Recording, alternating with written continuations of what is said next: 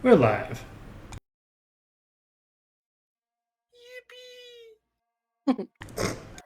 Onomatopoeia? Question mark. All right.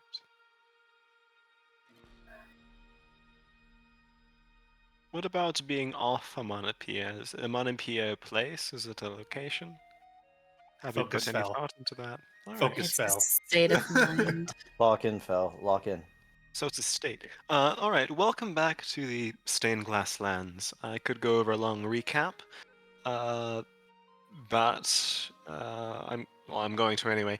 So previously in the Stained Glass Lands, the party found their way to Estelheim, a pinnacle city on the tallest mountain in the SGL. Location led by a triumvirate of the three races that formed it, in order to find a woman known as Lady Eleanor of the Prophets of a New Dawn, who promised some answers and direction after the fateful night that all of you met, a star shower south in the Twin Blade cities, where for one reason or another you happened to be there. Along your way, you encountered a wide variety of things. A vampire in a castle, you fought a beholder in her fort, the city of Algiz, you met three paladins and a snake on their way to swear their oaths, and eventually you found your way up here. Now, it's been a very eventful few days since you've been in Estelheim.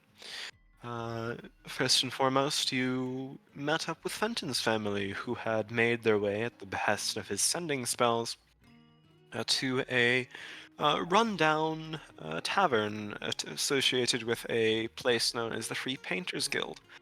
And they've decided to spruce it up a little bit. I'll take you to the map. Let me see.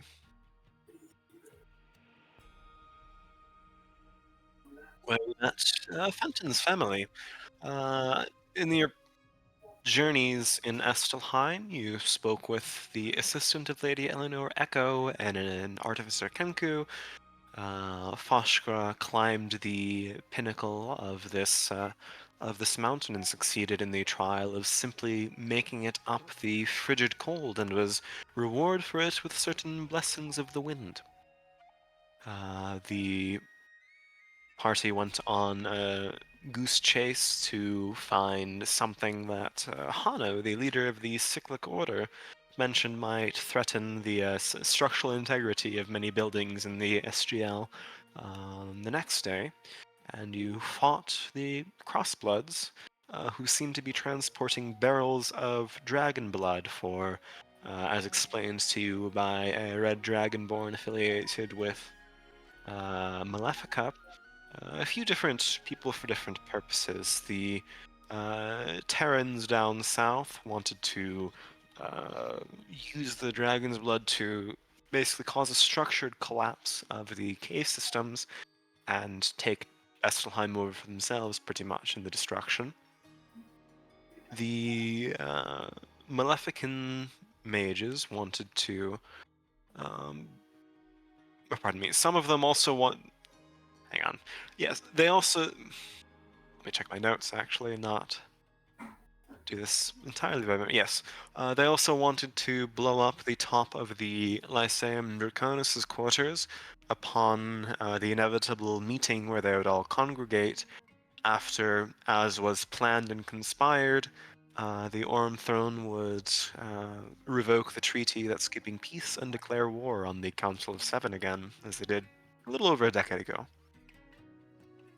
with hopes of kind of cutting the head off all of the major powers in play in the SGL. You managed to stop the barrels from leaving in the first place. You met up with Valagal, who is a crossblood affiliated with Reed and Foshkra,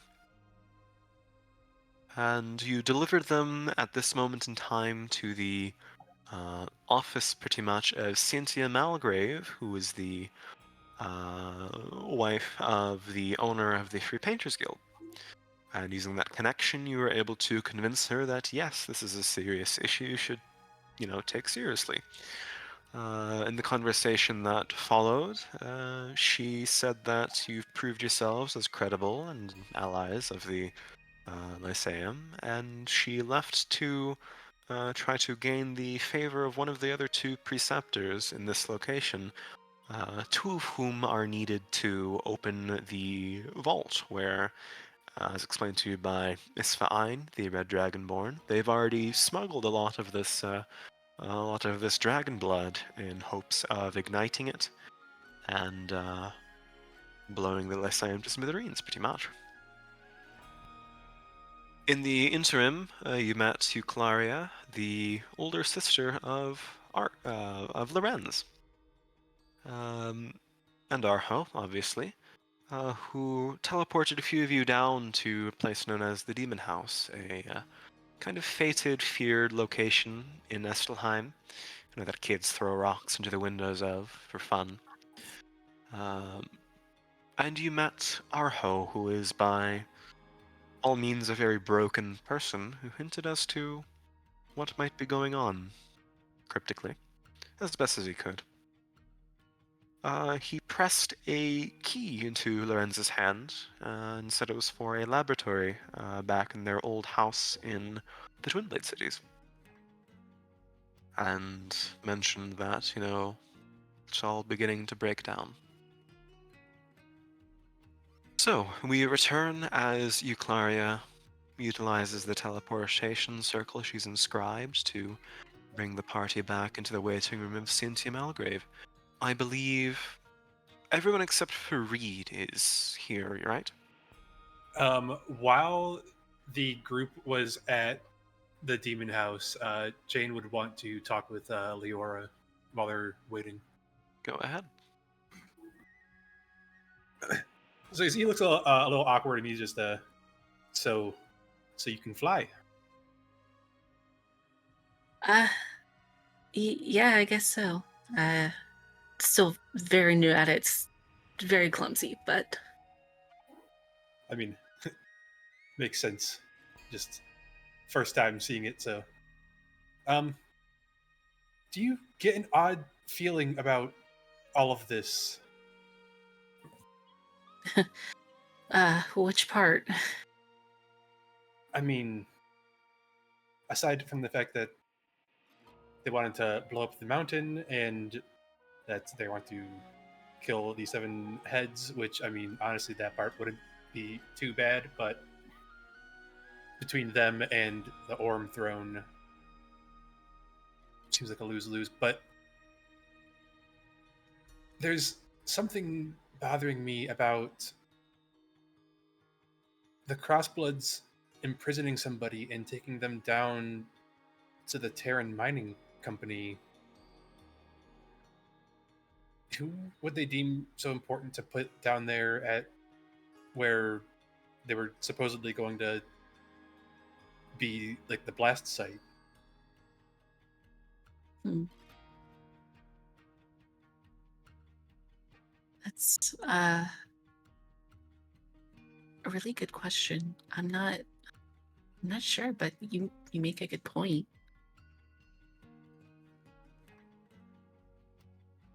That other knoll that we met said that I would be the second bird they put in a cage, so supposedly it could be an Arakakra or a Kenku, but I don't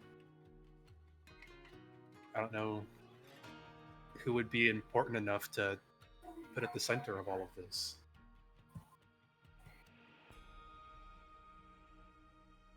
Do you think maybe Finn might know? Maybe have a better idea. Potentially, but the thing is that other than preparing to strike and get the bombs for themselves, there was nothing going on at the Ord with the Mockingjays. And when we went to the arena, the Arakakras didn't seem too worried about anything. And I feel like if somebody important to them was missing, then there would be some sort of response. So I don't. All of it is just confusing. Maybe it was less of somebody that they expected to go missing and more of somebody being in the wrong place at the wrong time. True.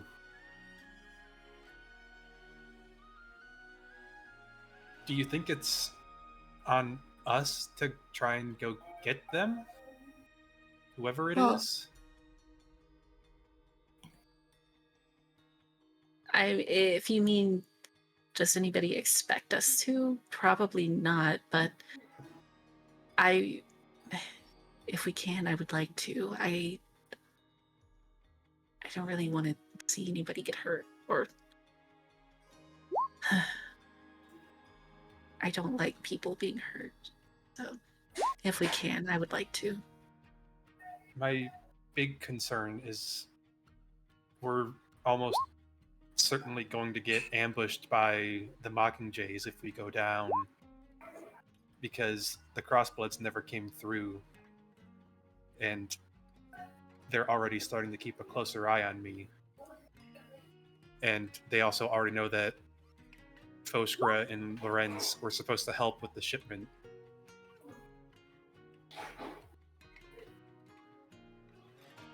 Hmm.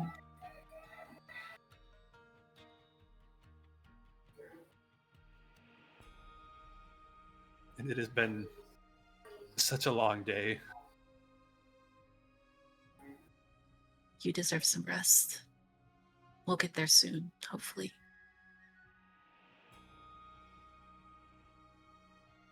It's an odd feeling. Ever since I got the hang of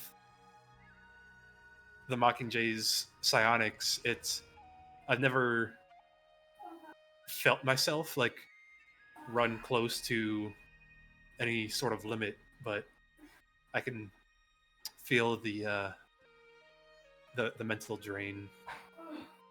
Yeah. It's been a really long day. It has.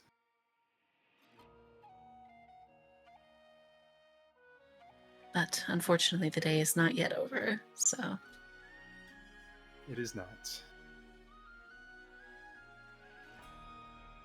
hopefully the others get back soon.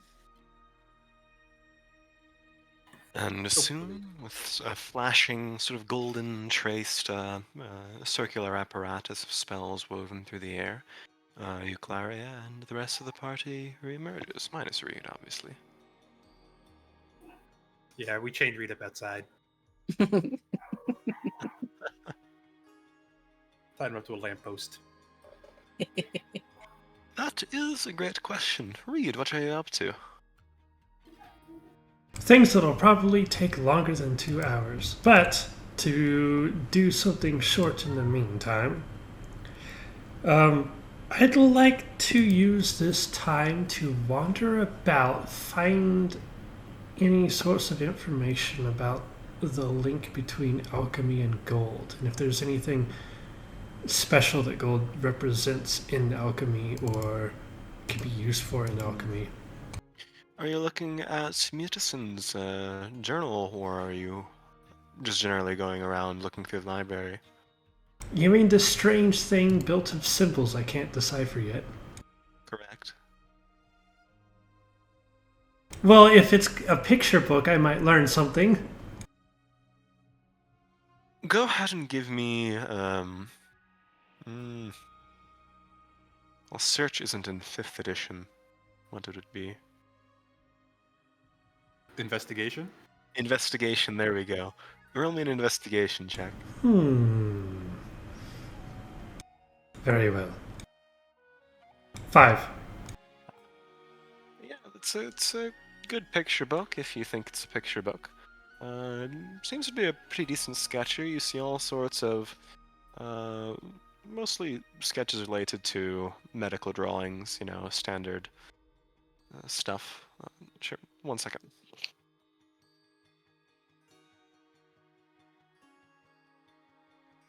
I killed him. Rip. How do we do the short rest? Do we just hit the button, or is there something I have to do? If you just hit dice, should be able to roll your hit dice and one by one. I think if you hit the short rest button, it'll automatically refill everything that's programmed to refill on short rest. So if you've programmed your class resources and whatnot correctly, you should get those back. Sorry about that. Do sorcery points come back on a short rest at all? No. Cool. But you can convert spell slots to sorcery points. But yeah, it's a good picture book. You see all sorts of sketches. You know, think of what a plague doctor would study. There are sketches of, anatomy of, all different kinds of species. It's a cookbook. Technically, if you consider, living organisms ingredients. But what only thing that really strikes you as related to gold is particularly the use of it in clerical rituals to bring things back to life. It is a representation of life itself, and considered an appeasement to the gods in order to restore, the life into someone. Healing as well. High-level healing spells and revival spells typically involve gold, preferably in the form of diamonds, but anything valuable. And the Aurum Throne. They don't treat other valuables the same way they treat gold. Not particularly.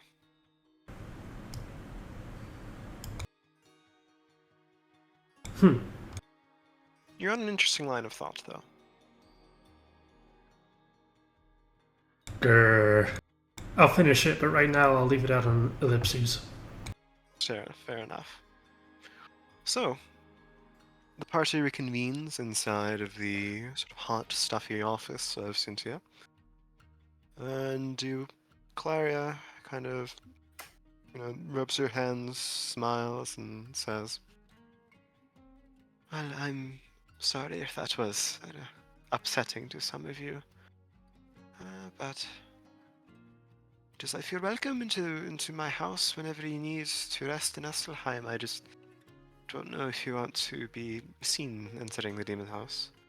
Very often, people here don't seem to take fondly to me or any of, anything related to Arho. Understandably so after what happened, but I'll be here to help where I can."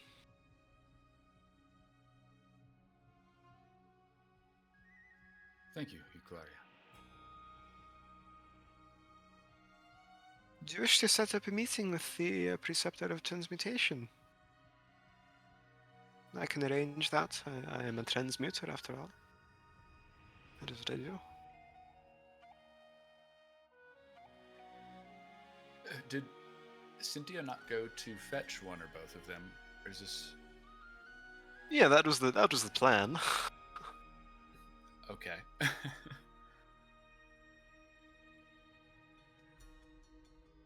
Like to wait for Cynthia. That's an option too. Perhaps if Cynthia is not successful in persuading one or the other, that would be beneficial, yes. Well, I'll wait until... Is it a pressing matter? Is it urgent? Extremely, unfortunately. I see. Then, if you don't hear from Cynthia, I'll be in the transmutation quarter. It will be difficult to find me.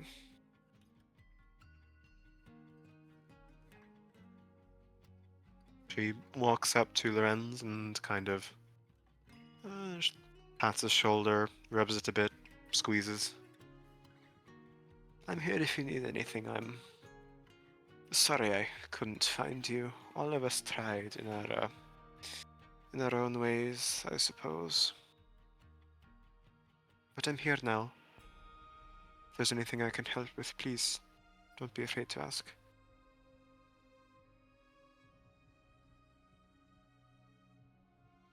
So much to accomplish, but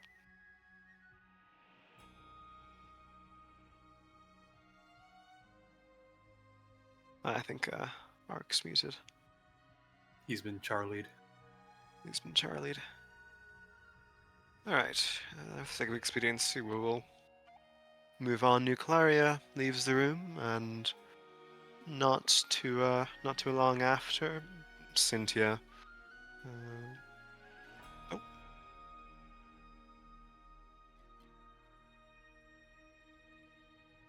Vacuum clean, I see. That sucks. Ha. Soon after, Cynthia returns, and following behind her is a tall,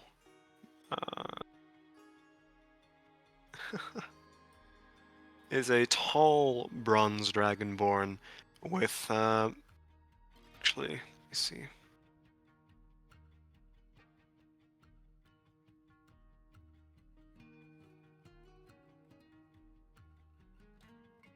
I'd say those of you with Arcana can go ahead and roll Arcana. Oh, I don't have Arcana.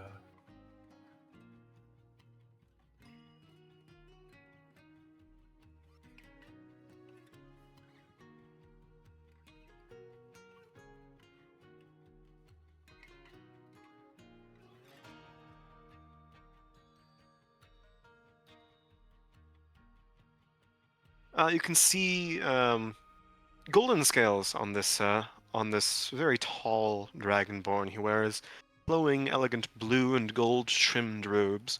He seems to be wearing sort of multi-plated, scuted armor on his wrists, on his chest, which is unusual for a mage. But those of you who have any information whatsoever about, stained glass lands, or those of you who have proficiency in history would know this to be Damascus Pyre. He is a, pardon me, not gold, bronze dragonborn. You know that the Abjuration House is most often affiliated with the metallic dragonborn, and he's currently one of the three reigning. I'm blanking on the name, but one of the triumvirate that sits on the council and sort of makes the legislative decisions in Niflheim.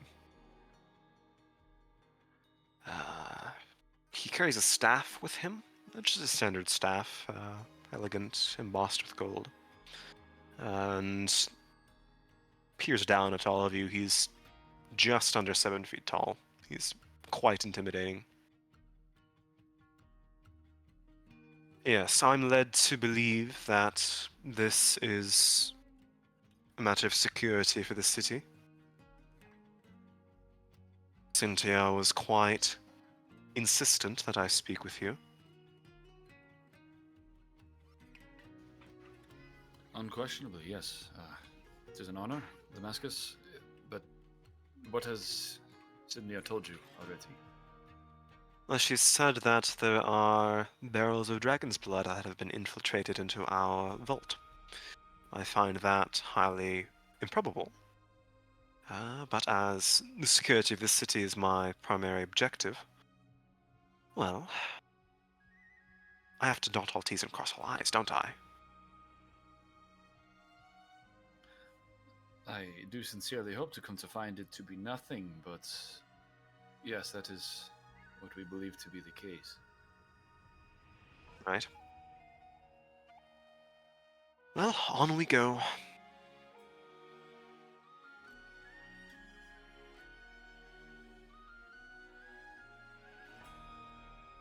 All right, it's it's over.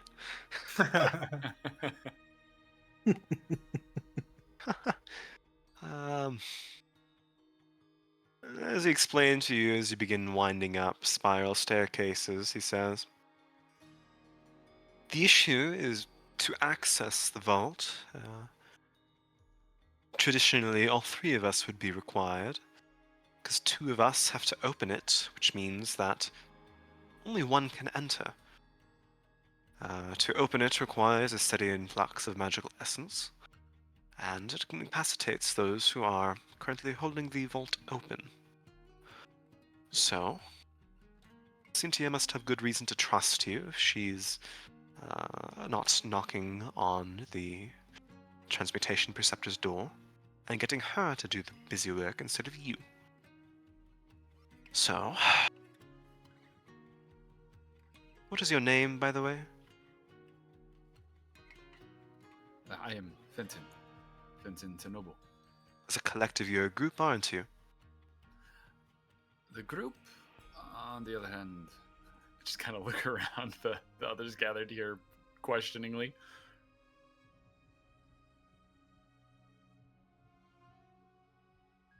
like a group name?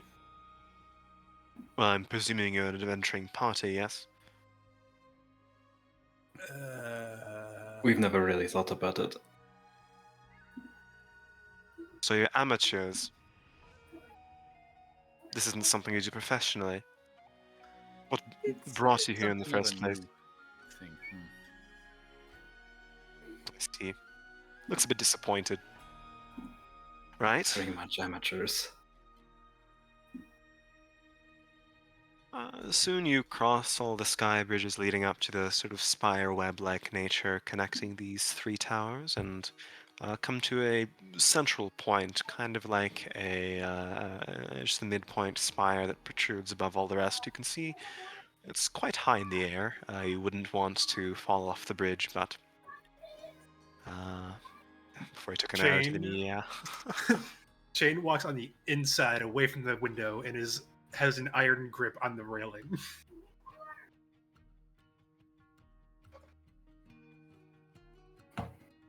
Uh,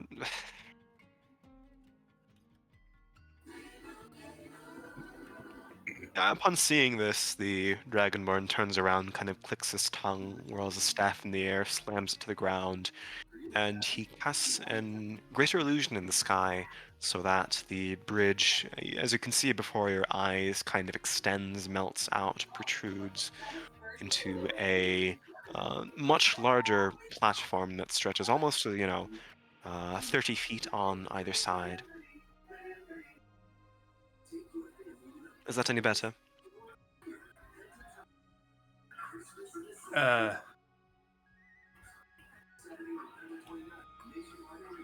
It wasn't the size of the platform that's the problem. Well, I there are can barriers still if you do fall. Go. Oh, wonderful. We've had Kenku trip up on their own senses here before, and well, after losing too many good ones, I decided to install a barrier. Continues walking. And soon, I will change the map.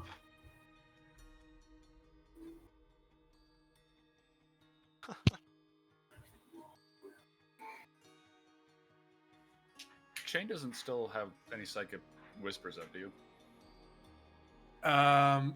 Shoot. I don't know. Let me see.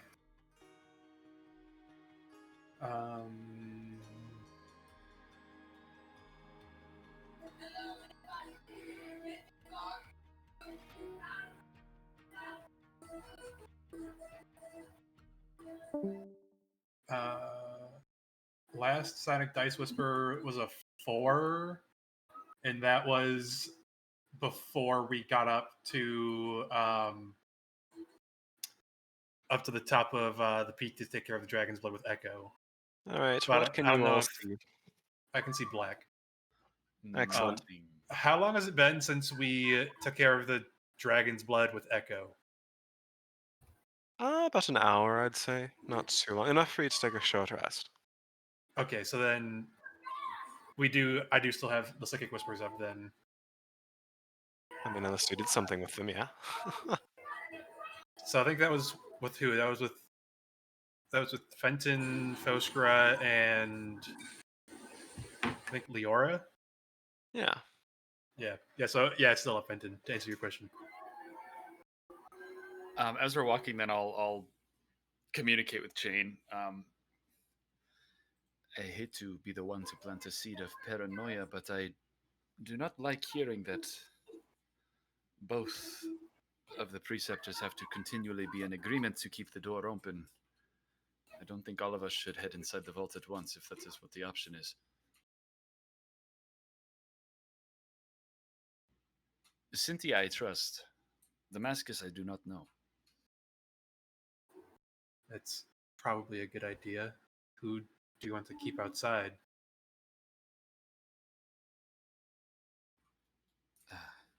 Perhaps Foshkra at the least, and anyone who might be able to persuade Damascus to keep that door open if he chooses to do otherwise.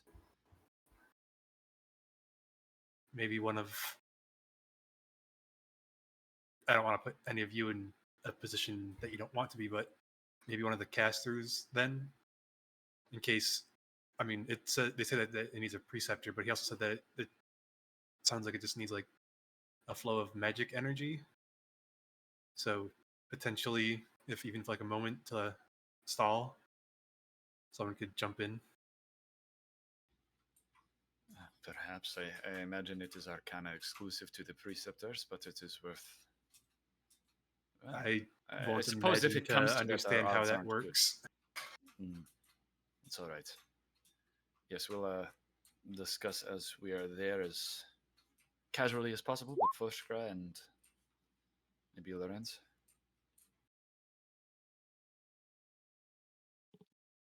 Or do you think it would be a good idea for Lorenz to come inside because he's the brother of Euclaria, who's one of their professors? You're right. And No, that is a good point.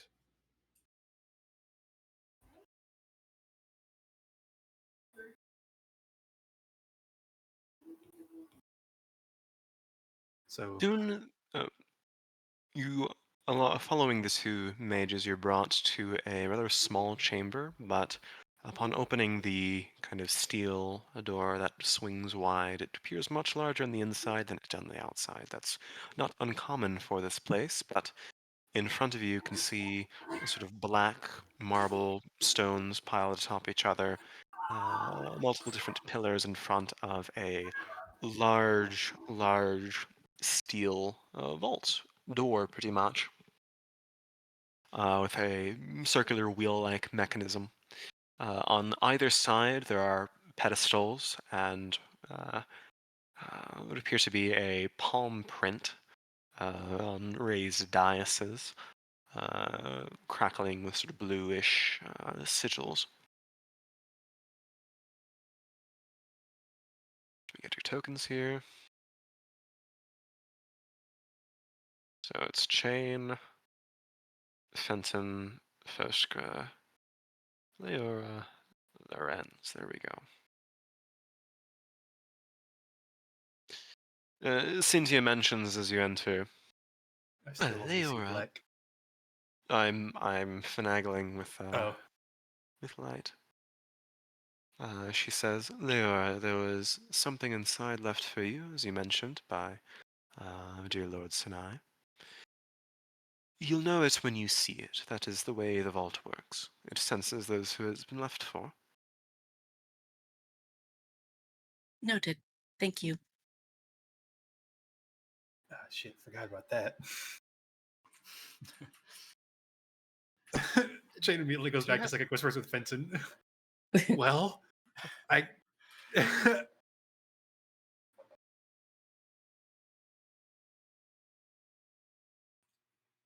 Perhaps I can stay up with Foshkra. Either way, and I'll speak out loud this time to Cynthia. What else should we expect in there if we are looking for something that has been presumably hidden? Is that possibly There are found? multiple different vaults kept by certain defenses and cages. I would not advise touching those things that you do not believe you own. Should you be linked to a certain item inside, then the barrier will have faded. You simply have to walk around the gallery. It is not very large.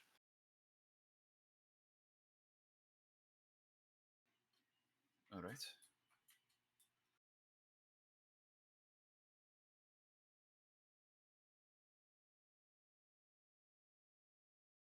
Alright, can you all see now? No. No. No. Go to the bottom of the screen. No. It's the Oh. big black No. rectangle.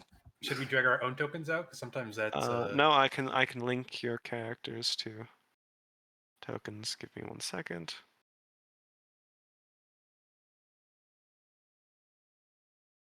There we go. Fenton. Aha! Chain. Sweet. Foshka.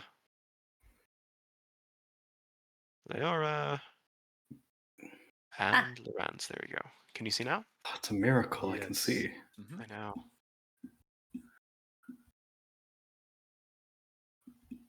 So Cynthia and Damascus are on either side right here. And as they place their palms into the sigils, it slowly turns, uncoils. You hear mechanics, mechanisms, a faint thrum, low vibrating hum, and the vault door begins to swing open.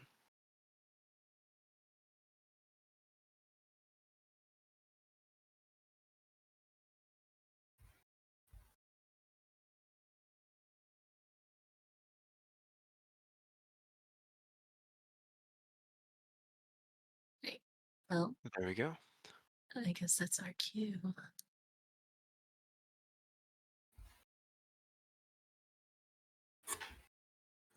Jane will psychic whispers with Fenton. Well, I mean, I know it's a Got long it. shot, but if there's an off chance that there's things left in there for Foskra and you, then do you think we should all enter? Or? Perhaps. Perhaps it is an opportunity to not be missed.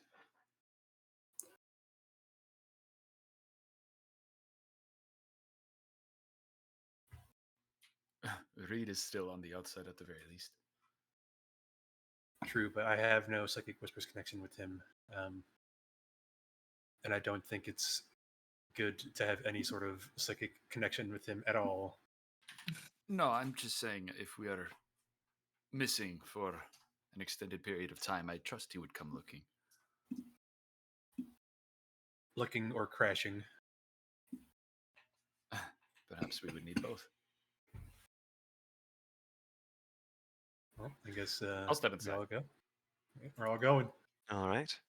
Now this is a dungeon. Enjoy. Dynamic lighting will have consequences if you see certain things, as usual.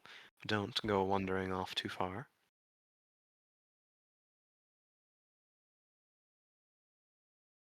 It's music on.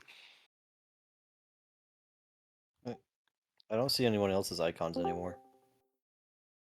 If you go through, there's a little door to the north of you. Here, let me poke back out. Where are you at?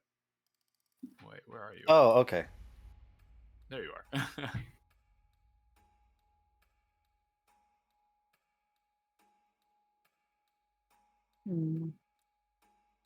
Where to go? Leor is 100% staying within eyesight. I'm going to, Since- just as we're walking as a... Oh as a no, that's right. precaution-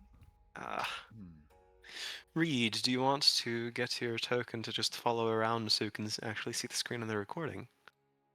My spirit shall be placed upon your shoulder, little bird. Why Don't mine? disappoint. There's 5 other people. As we're exploring together, I'm going to be softly playing on my lute, and it's going to be a song of counter charm. Interesting. Ooh. Just as a precaution.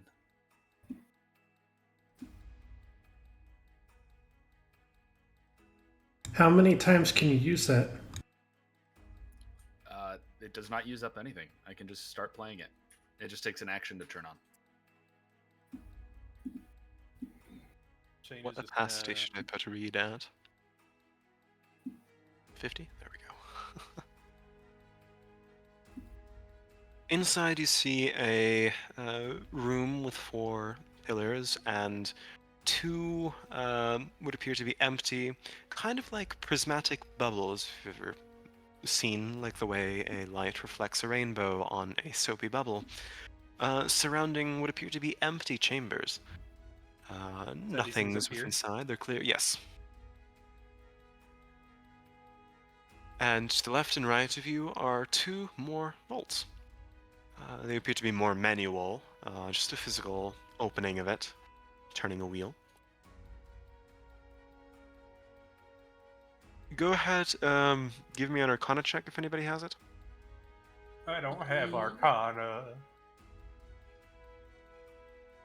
Well, that was not great.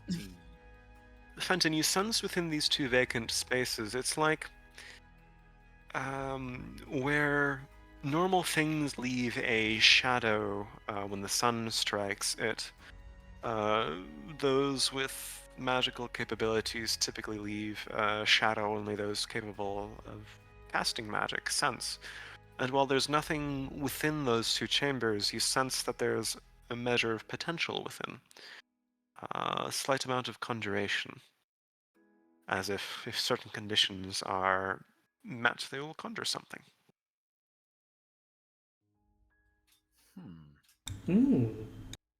Counter charm plays echoing through a relatively silent chamber. Gene's gonna move closer to one of the empty bubbles. He's just gonna look at it. It shatters, but not shatters. It scatters light back at you. You can see your reflection through the semi-transparent, semi-opaque layer.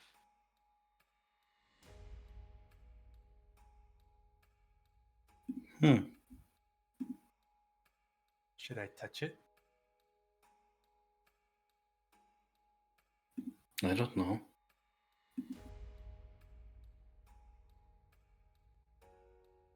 Jane pokes it.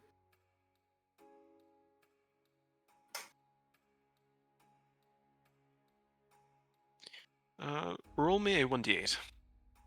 1d8. 7.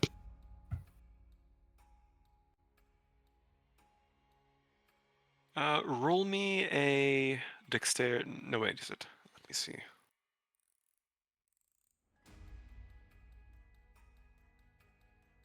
Roll me a Constitution saving throw. Oh, great. Dirty 20! D20. As soon as your claw touches the edge of this sphere, it flashes violet, bright violet for a second, and a beam scatters directly into your eyes. You can sense them sting as you recoil backwards, feeling some sort of cloudy, it's like syrup is blotting them closed. But you blink it away a second, and you are not blinded. Okay, don't touch the bubbles. Seems like something we could have been warned of before entering, but They said not to touch things. Did they? Yes. if it's not ours, don't touch it. The very first thing that Kane does. Well, He can fuck around, but will he ever find out? He's found out quite a bit from his looking around. I guess we go through one of the doors then. Left to right. Right.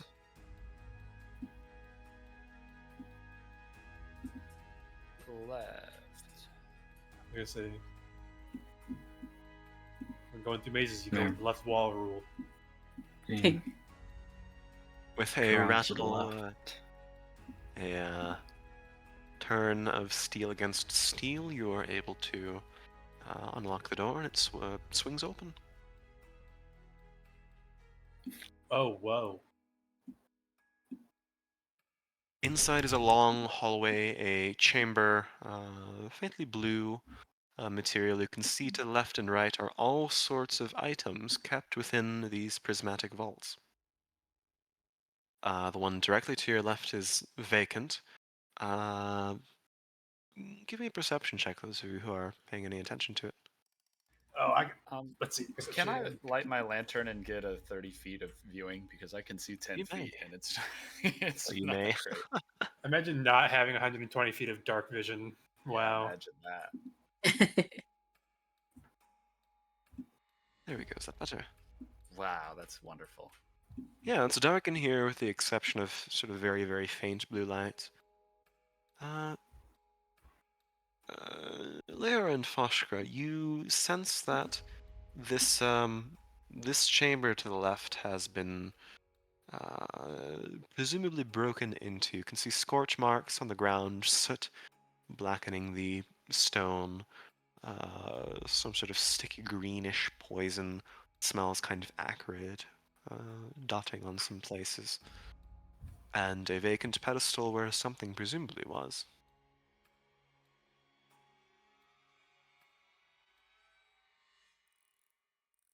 but the other bubbles seem to be intact. You can see all sorts of things inside. Some contain wealth. You can see piles of gold, rich valuables, bottles, tinctures, alchemical supplies, and some books. Some with chains on them, skulls, forbidden tomes, presumably. On others, some weapons, swords, daggers, usually enchanted in special sheaths. It's a veritable trove of probably some of the most expensive and powerful weapons in the SGL, and they've let you inside. Still no barrels of dragon's blood, nothing that reacts to Leora's presence. I guess we just have to make our way down the hallway. Would have been a very different dungeon if you broke in. Oh boy.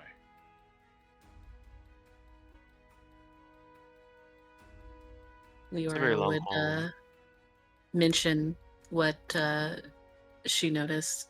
Say, remember, please don't touch anything. Yeah, I learned that in the first room. Are you all right? So, yeah, it like sprayed like some sticky stuff in my eyes. Uh, But I'm okay. okay. I'm glad you're all right. That's odd that something's missing. Do you think somebody actually stole it, or did somebody end up just removing it because it tried to get stolen? Mm. I think. Perhaps Go ahead. just perhaps something to mention to Sydnia again, but not Damascus. Definitely worth asking about. Lorenz, are you following? He seems away.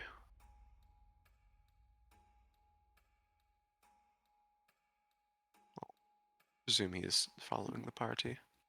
Yes. Got it. Okay. Yes, there's a logo inscribed on the marble. Patreon. Mysterious The figure. next lost deity, We Patreon. found it. The Patreon. The Patreon. Is that what they're collecting all that gold for? The Warlock Patreon. You move your For way all the- past, and you can see a vault on the inside of what appears to be a sort of reading nook. There are plants here. They smell surprisingly sterile. Not living. Fake, but to get a touch of ambience, I suppose. Is this another There's door? a vault there, yes, if you'd like to check it out, but Svashka seems to be moving along to a Fenton, do you open the vault? Chain certainly opens the vault. Oh, chain open. Okay, where's Sure. Reed is on top of. Okay. What is your armor class, Chain? 16. Glad it was you.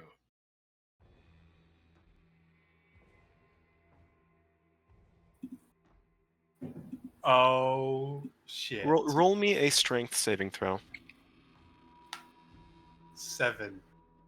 You take 5 points of piercing damage as a point-blank shot from a pistol hits you right in the chest, sends you staggering back into Leora.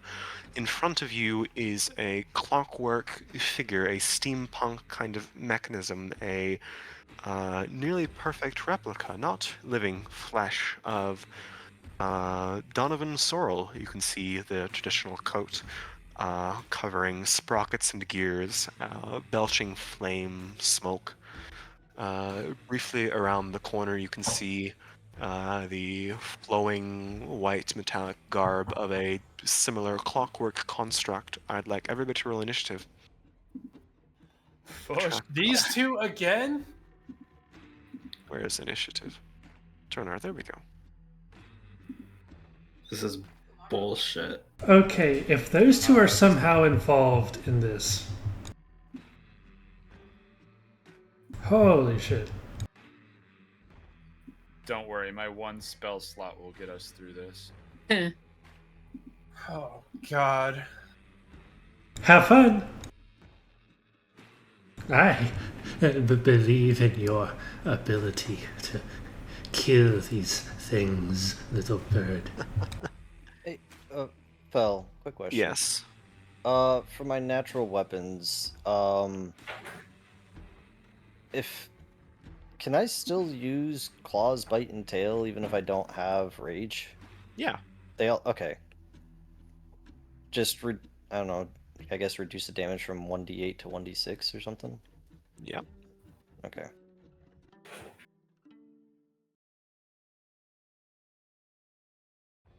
Oh, what the fuck is? Jin gets shot and flies back into Leora. What the fuck is this? Frostgrad! What? Problem!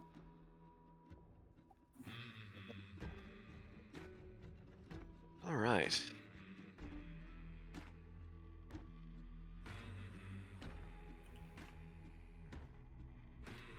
You're up first. You can see the smoking barrel of the six-fingered pistol. You can see Donovan, clockwork version of him, carrying in one gloved hand. You can scent the scent of gunpowder.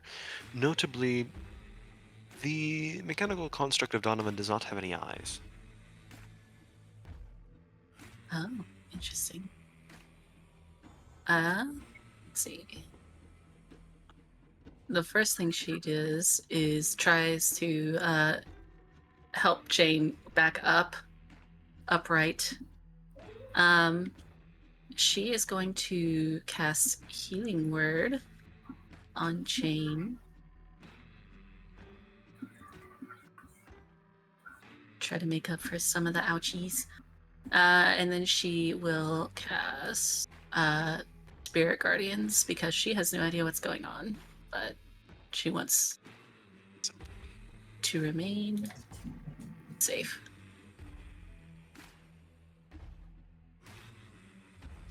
Right. A spiritual shroud emanates from Leor in the brief split second as everyone realizes something's going on. What is the radius of that? 15? Yes. And what color would you like your aura to be? Purple.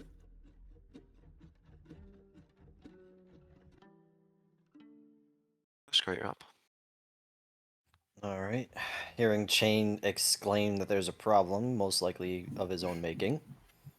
Fusca's gonna Excuse you. run up, slide in between and get in the doorway, and he's not gonna rage because he is all out of that. But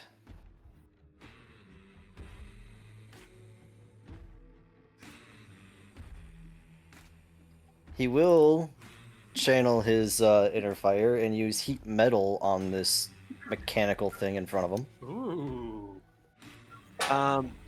If it changes your decision at all, he is currently spouting fire. It's kind of a rather fiery invention. Oh.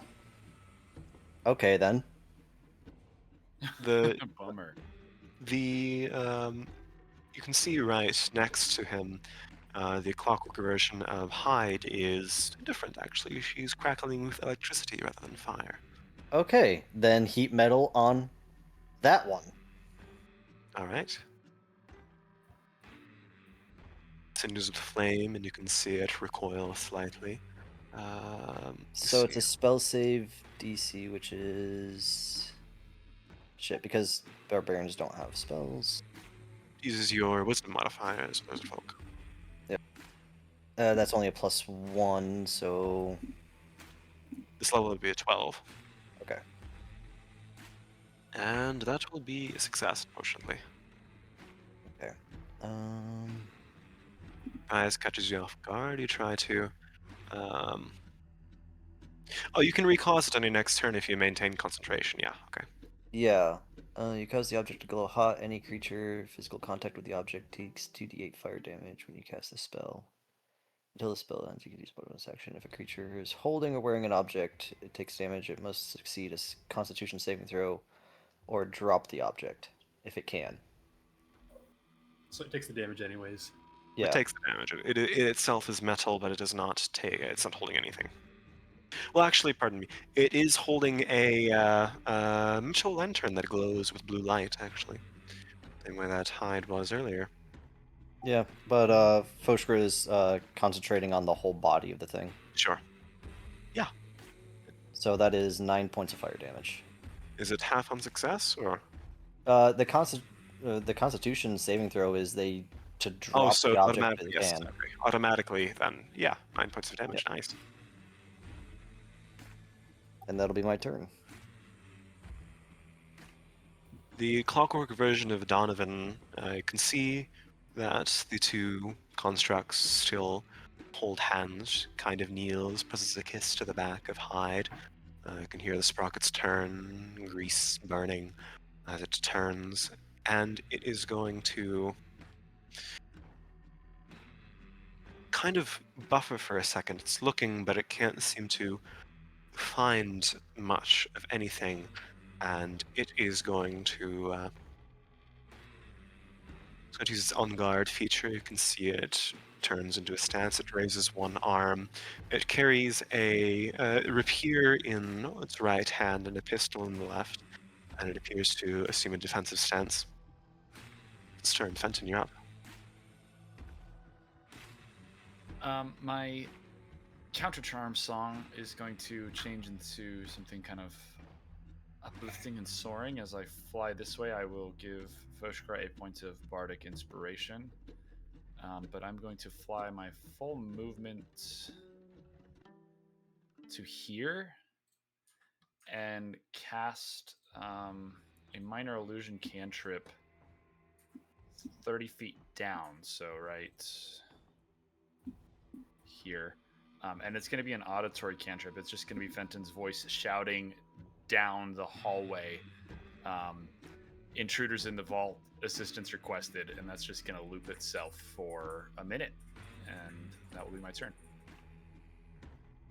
Awesome. You can hear the loud sound of Fenton's voice projecting throughout this echoing chamber. And intruders, assistance required. You don't hear anything back quite yet. Lorenz, you're up. I am unclear of what Lorenz can do because I don't think he can see into the area. Yeah, that's pretty tight confines. You can see just around Foshkra the image of this clockwork construct, but yeah, it's difficult to see. I think that we're going to try and do something a little fun here. Sure. Using a new ability that he has learned, he is going to use Ether Step to push through the wall if he can into the room. Absolutely, yeah. Which direction are you going? Pretty much just straight forward so you can see what's beyond the wall. Sure. Leave you there. The rest of you watch as Lorenz pretty much launches himself through this wall. A tier in the space before him opens up, and you can see a starry scape in this brief portal where he jumps through. And Lorenz, you find yourself kind of like flexing a muscle, leaping through this interdimensional gap. You find yourself in a very confined quarter. And you can see the two clockwork replicas of these two bandits here.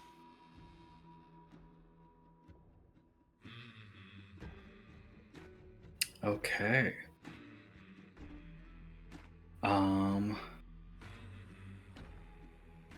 And it's not written in the description, but does that count itself as an action, or is that movement?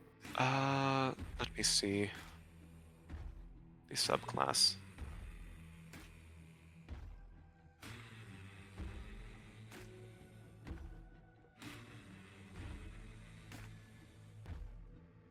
It was essentially taken from Aether Walk, so it does not take an action, no.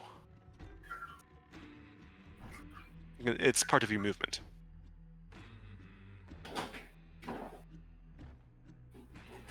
So it's still a reaction and bonus action, yes. Cool. Okay, so is Lorenz still in between the material and the astral? Do I have to specify when he emerges? No, once you end your movement, you shunt back to the material plane. Okay, so he is going to actually take a few steps backwards. Going to be an attack of opportunity against you. With the mechanical whir, the clockwork version of Hyde will strike at you with her lamp. Okay. That is going to be an 11. That, let me check real quick. That's not hit. Do I get a sentinel reaction attack after that? You would actually, yeah. Alrighty. Unraged tail attack. Because it's bludgeoning. Sure. For 18. 18 will hit. Okay. So reduce whatever this damage is by 2. So 8 points of bludgeoning. Awesome. Yeah, the tail whips around, catches her in the side, throws her against the wall. You can see the marionette-like construct pick itself back up. Alright. And New ones. after backing up, Lorenz will cast his signature guiding bolt on Clockwork Hyde. Go for it. Also, now Clockwork Hyde cannot move. Their movement speed is reduced to 0. Wonderful. It's gonna be 10. Unfortunately, a 10 does not hit. Okay.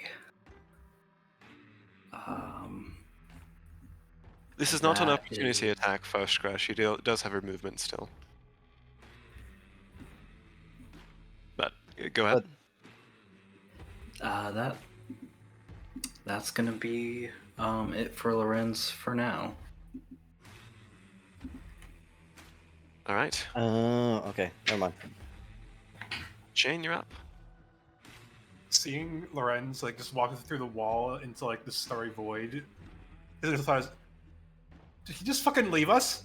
Until he sees a guiding bolt fly past.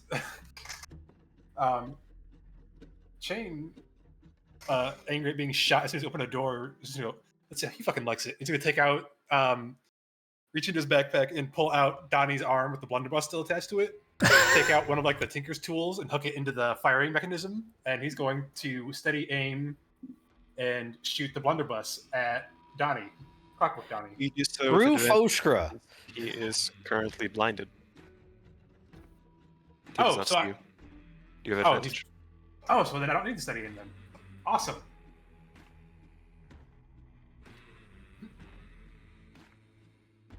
$21.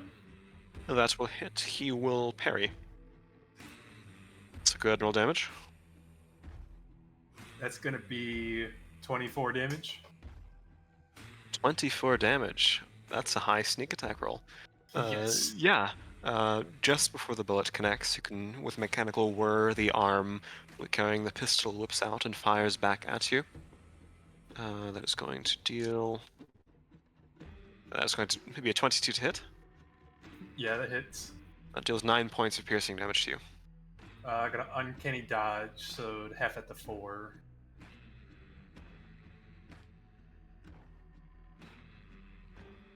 All right. And I take this this uncanny dodge as Chain, having never fired this thing before, just Parsec gets blown back.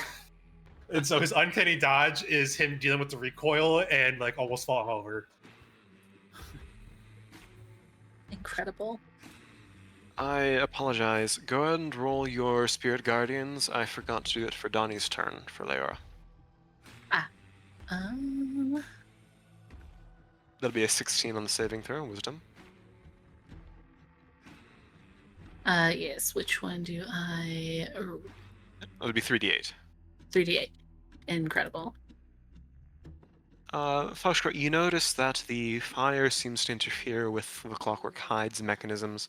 You can see the gears around her begin to flicker and crackle, the lightning coursing through metallic veins, fading, wavering. She seems susceptible to fire damage. 13 points, alright. Wonder if Donnie's susceptible to lightning then. And I'll do the same for Hyde. That's a wisdom saving throw. Be 15. Does 15 succeed? It does not. Alright, go ahead and roll 3d8 again. Only 7, but it's okay. 7, got it. She takes the full brunt of it. Sort of standing and giving a pirouette off of Donovan, she's going to glance around with dead mechanical eyes and... let me see what she...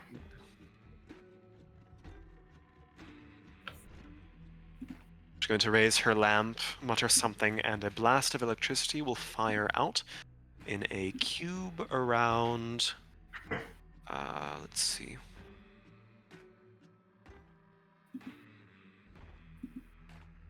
Fushkra, Chain, and Leora, I would like you to roll charisma saving throws, as she uses her Illuminate feature. 18. Oh, wait, Dang. charisma save? How do you do a save? You did it. Oh, the other two Uh, say charisma save. Mine just says charisma. Oh, I see. Go ahead to your character sheet. There So- should be saving. Oh, go ahead. Oh, there it is. Yeah. Awesome. We'll take the 20. Oh, even better. Even better than the net 20. Chain and Leori resist it, but Foshkra, you feel something illuminate within you. It's kind of a sickly, burning, and illuminating radiance that uses your soul as a kindle rather than any sort of natural wick. You are currently illuminated. Just checking on you.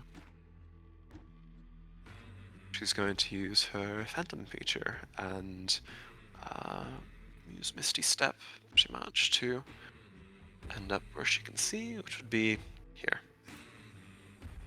Kind of kneeling, the white cloak she wears billows as she fizzles and rematerializes there.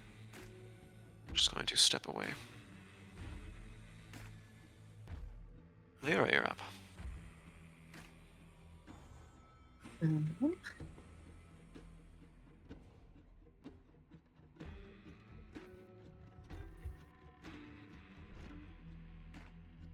Let's see.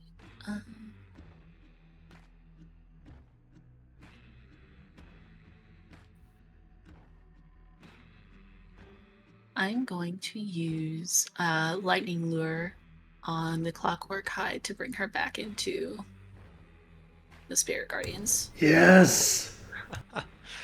Alright, I'm not familiar with that spell.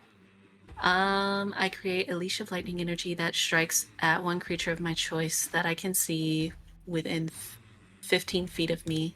Oh, That will be a 14 on the strength saving throw, yeah. The target was Almost just max rolls on succeed. that. Nice. And pulled up to 10 feet in a straight line towards me. And then they take 1d8 lightning damage. You need to be 5 feet closer for that to work. Okay, I'm gonna. There we go.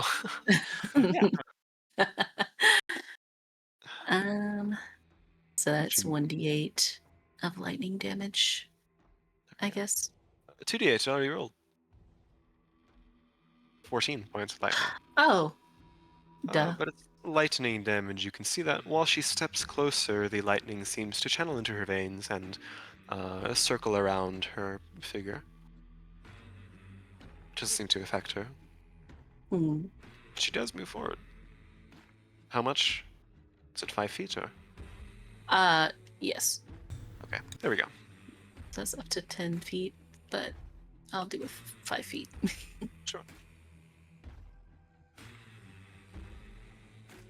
What's going on? Alright. I'm just gonna stay here and redo heat metal. Okay, interesting. Yeah. Yeah. On hide. Yeah, that's who it's currently cast on, so I'm just channeling the concentration. All right. So that's 2d. For 14 points of fire. 14. Damn. Ouch. All right. Yeah, she does not like that. But I'm still gonna act as sit here between Chain and fucking Clockwork Donovan here, because I know Chain is squishier than me. Awesome. Is that a turn? Two people just What's firing your- guns. what's your on the action? side of- That. Oh, it's my bonus. Wait, what? Was Yeah, that my bonus action? to reapply heat metal as a bonus action. Yes. Oh, okay. Once you have concentration on it. Then, as my action, I will tail whop this guy Go for it. for both attacks. Foshka doing pirouettes. 23. 23 will hit. Deadly pirouettes. So that's only 3 points of damage. First things first, he's going to parry that. Okay. And he's going to riposte it. As your Okay. tail loops forward, he flicks it aside with his rapier, places his pistol to your side, and fires. It's going to be 15 to hit. Nope. Nope, misses. Scatters to the side off your scales. Mm-hmm. Go ahead, second attack. It does deal damage. Sorry for specifying. He just uses your post, not to parry. Okay. Wait, didn't he already use his reaction to parry mine? Yeah, he did. He gets to use it multiple times, that bastard? He's his on guard feature on his I turn. don't know what that means. Means it can take more than one. That bastard. Does the second one hit? Yes. Another 3 points of bludgeoning. Another 3 points going to the same thing. You can always Uh, add Arctic to damage if you ever desire Yeah. to. Oh, That is a 17 to hit. that one does it. Also, why are you subtracting 2 from your damage? Because I'm not raging. All right. Yeah, but you you just- will suffer. It's not showing the rage damage on there, though. It's just showing No, the plus. so because it's a weird thing with Beast Barbarian, where by the build of Beast Barbarian, you can only use like claws and tails and whatnot as a rage weapon. So the compromise is I'm reducing it by 2. So Foskra has both natural weapons and the barbarian weapons. Basically, they get an upgrade when he rages rather than a downgrade when he's not raging. He still has access to them. He's a lizard folk. He has bites and tails and claws. So does Yeah. the dice go down, or does the... The dice The- go down to a d6, technically, which, 'Cause if we want to because get both of those- mathematic, that's a both of minus those- 1, not 2. Because both of those die that he rolled, he got 1s on. So, like, if... Oh, that's actually tragic. Well, in the future, we'll roll with 1d6s, but... Well, yeah, That's okay. it's just that it's a 1d8, so I was Yeah. minus. That's why I was subtracting 2. But okay. Oh, so... Yeah, if you could like manually roll them, that would be awesome. If you look at the technicalities, the difference between a 1d6 and a 1d8 is actually a 1-point difference, not 2. But I'm not going to bother with that. Okay. All right. Alright, so he hit me on that that last repost. Yes, that will be 5 points of piercing damage and 1 point of fire damage. What is 1 point halved? 0 rounds down. And all right, let me make my Constitution save for heat metal. Okay, heat No! metal's gone. Unfortunate. Darn. metal fades. The Oh wait, uh, Bardic? hold on. Bardic. You can bardic on that too. yeah.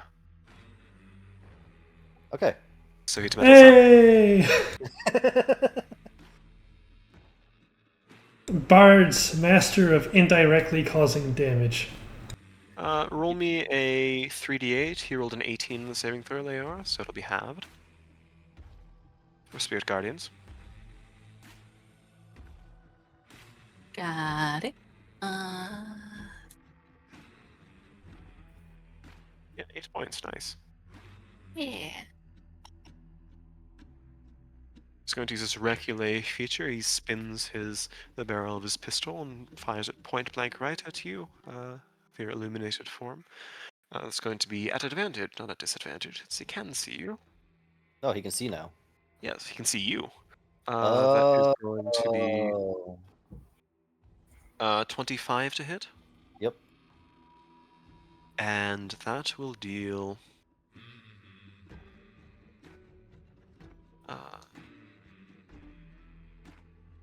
8 points of piercing damage and also 1 point of fire damage.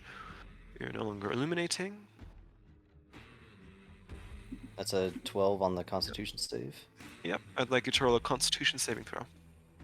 I just did. Oh, sorry. Yeah, the sheer force of this impact, dead center. You're stunned for 1 round. Oh. Okay. Then I need a second one for heat metal. 15 on the heat metal. Can you maintain concentration if you're stunned? I think. I don't know.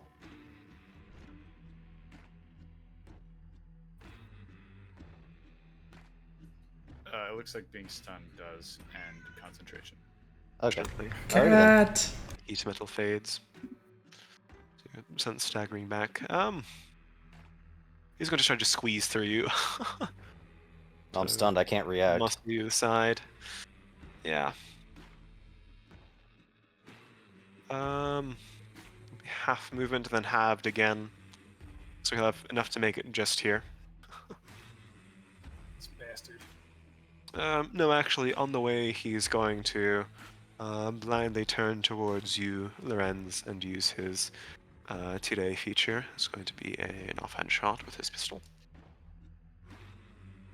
Disadvantage, that is going to be a 14 to hit you, Lorenz. It does, but I do have something to say about that, and that's called shield. Nice. Larkin barrier repels the bullet. Alright. That is his turn. Fenton, you're up. Let's see. Without getting any closer, I will just say, took all of that time to recreate yourself as clockwork and couldn't even increase the visual appeal. It'll be a vicious mockery on Donovan. On So, wisdom Robot. saving throw. Wisdom saving Yep. throw. Well, it's not very wise. That is a 12. It will fail, so he'll take 2d4 psychic damage, so 5 psychic damage, and have disadvantage on his next attack roll. I see. Nice. See it once a little bit turns mechanically towards you. Alright. I will as well. Let me see what the range is on Bardic Inspiration. Okay, yeah, I'll give a Bardic Inspiration to Chain as well. I'm inspired. Lorenz, you're up. Go, do a crime. Do a crime, please. Lorenz, a little annoyed that he just stepped through a wall only to have to step through the wall back again. He's gonna jump back through. So Use inconvenient Aether to Step have to and- walk through walls. I know. Lorenz will He never pushes walk through a through. doorway again. Never. It's too cool for it. Yeah, he slips through. Comes through the other side, and he is actually going to cast Ray of Frost on Clockwork Dungeon. Go for it. Finally, Ooh. 26 will hit. with 9 cold 9 damage. cold. Nice, nice. And that, Chill out. that's gonna be it for now. Chain, you're up. Do I know how many from like working on this arm? Do I know how many rounds are in this arm before I have to like do any sort of reloading? Which weapon are you using? Donnie's arm? The blunderbuss. The blunderbuss? Yeah, it has 2 in it. Wonderful. Okay, I'm gonna bonus. He still can't see me, right? He's No. still You cannot knows see it. anyone currently. Perfect. Okay. Bonus action disengage. Gonna step 5 feet back and blast him. Sorry, You don't Laura. need You don't need to disengage if he's blind. Can't make attacks. Oh. with opportunity. Well, then never mind. I'll just step back and blast. 22 will hit. Wonderful. Oh, My God, Jeez. that's gonna be 30 damage. oh my god. Chain flies back into the wall. No. Right.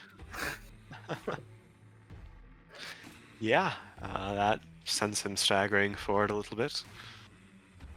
Ouch. And then Chain's gonna use like his free object action to just put the arm away. Fair enough. Might need it to replace your dislocated shoulder. Yeah, well, it's out of ammo right now, and I'm not fucking around with that shit in combat. All right. And that'll be Chain's turn. So our turn. Roll me 3d8, Lyra, for Spirit Guardians. I hate Spirit Guardians. Okay. Well, she rolls a 23, so that's a success. It's going to be 8 points. Wow. Okay.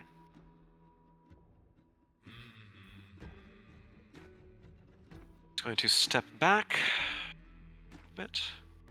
Actually, never mind. She's not going to.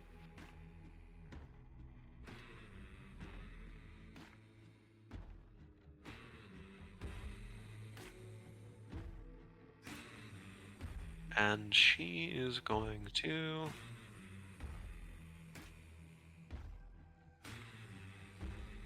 wrench her lamp and use her Coruscate feature. I would like Furry and Chain to roll me 1d8. 1.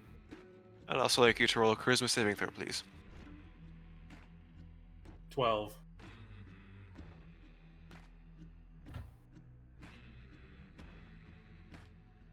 Actually, I'm gonna add my bardic expression to that. That's a D8, right, Fenton? Yeah, it's a D8. 17 then for the charisma save. You will succeed. All right. So, Leora, I'd like you to roll another d8 for me, please. Well, pardon me, 2 more d8s.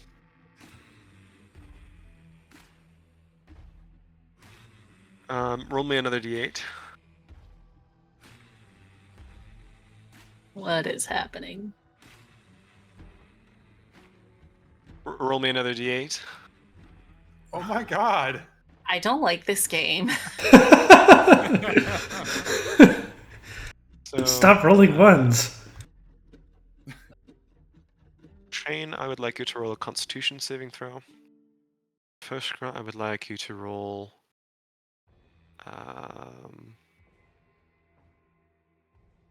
My constitution's so fucking good today. A Constitution saving throw, and Leora, I would like you to roll Damn. 2 Dexterity saving throws.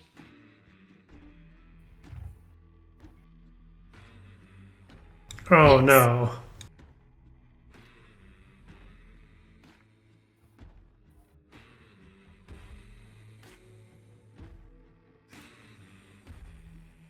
Roll a lot of dice.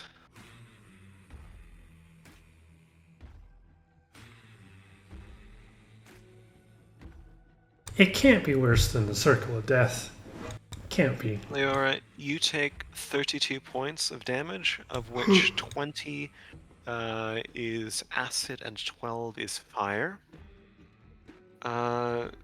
Chain, you take...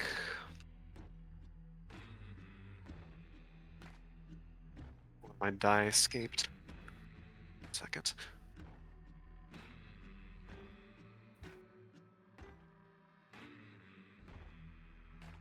$15 points of cold. No, it's not Chaos Bolt. It's modified prismatic spray. 15 is that already halved, or do I And- have the 15? Oh, that's halved. Oh, pardon, you have to have it. It's not halved yet. 15 Okay, so that'd be 7. Yes. And Fusker, you avoid being restrained. Oh, okay.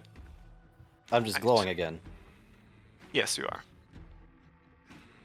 Shiny lizard. And she's going to use her. She's going to use her scintillate feature. Move over here, and in a line, I would like. Hang on, not a line. Because you're conveniently in a line. Yes, that's exactly 60 feet. I would like Fenton, Lorenz, and Chain to roll me charisma saving throws. 6.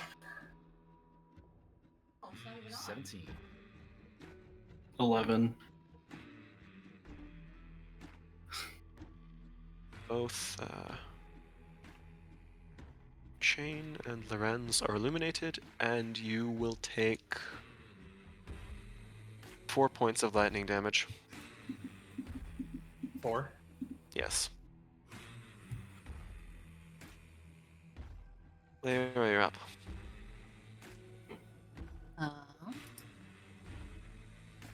Well, first things first, she's going to cast Healing Word on herself, using her last level 3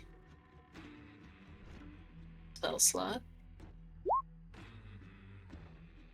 And then she will use her action to cast Magic Missile on Hyde. Got it. Go ahead and roll.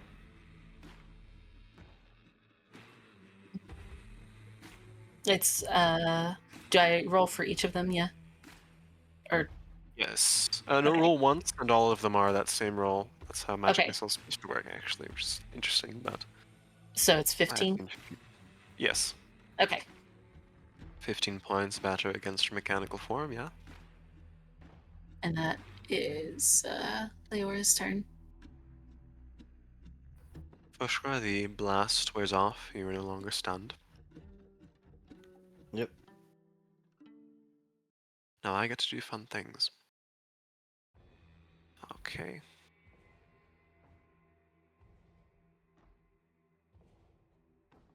Donovan is going to brandish his rapier and use his flesh feature and leap forward against the target can now see. He's going to roll an attack against Chain.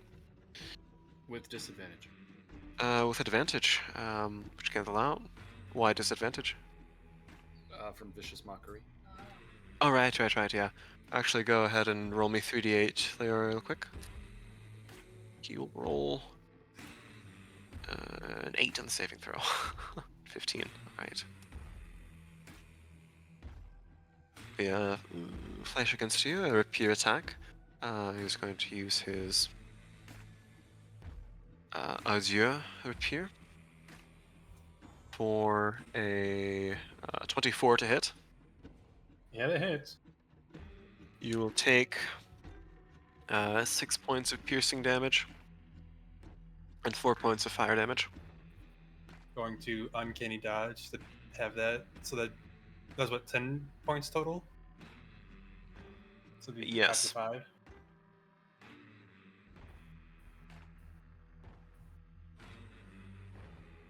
I'd like you to roll another charisma saving throw. Oh my god! 10. The illumination maintains on you. He reapplies it. You can feel as the rapier rapier punctures your shoulder, the flames of it intermingle with the radiance that Hyde surrounded you in, and it seems to create some sort of burst like lighting a bunch of kerosene on fire.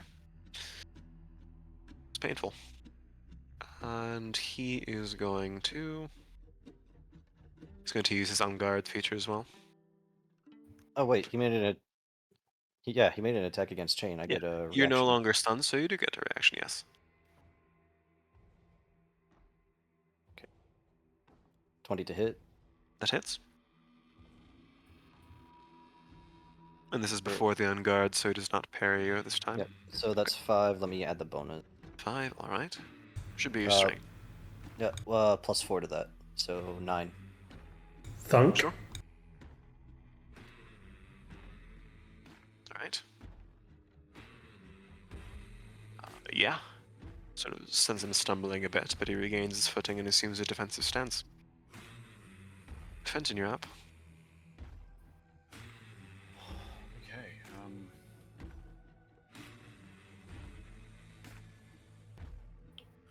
I suppose I will. I want to glance down the hall first and see if there's any sign of movement that way. I think the minor illusion is still sounding off. You can hear only perception check.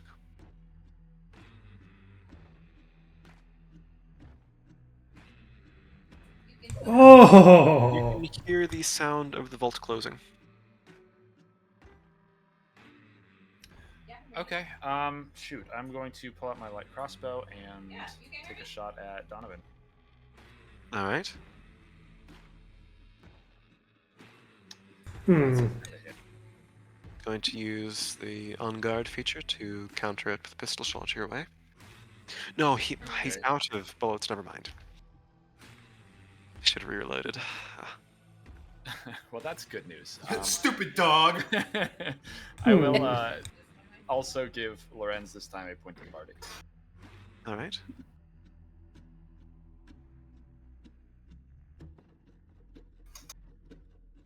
Is that your turn? It is. Lorenz, you're up. Okay. Oh, I'm gonna move here.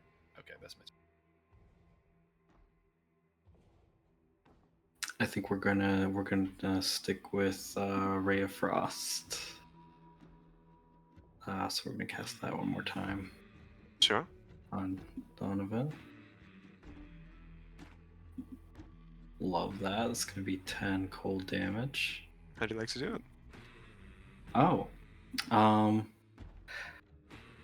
The clockwork mechanisms freeze over, frost consumes it, and it keels over, shatters on the ground to a million pieces.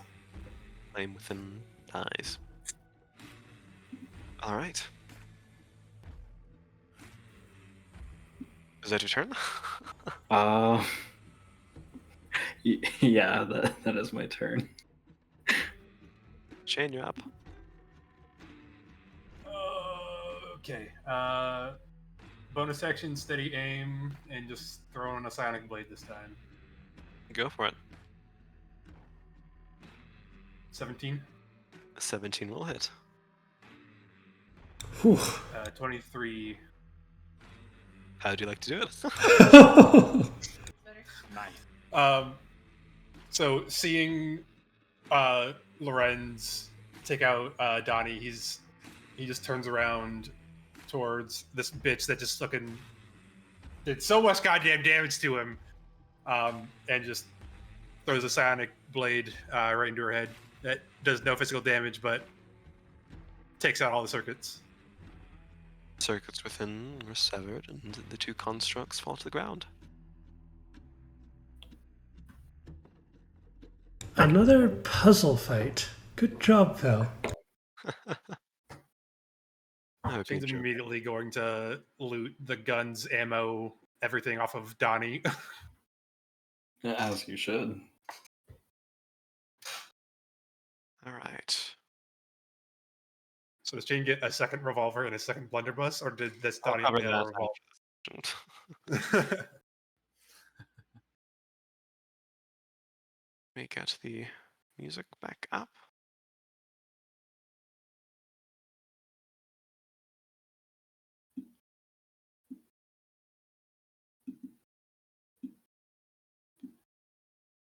What is with these two and always showing up not in actual person? Well, it seems almost cliche that the two greatest bandits in Talani would come and try to steal from the most secure vault in this stained glass, does it not? See, I know this is weird coming from a Kenku, but it seems awfully cowardly of them to never come in person.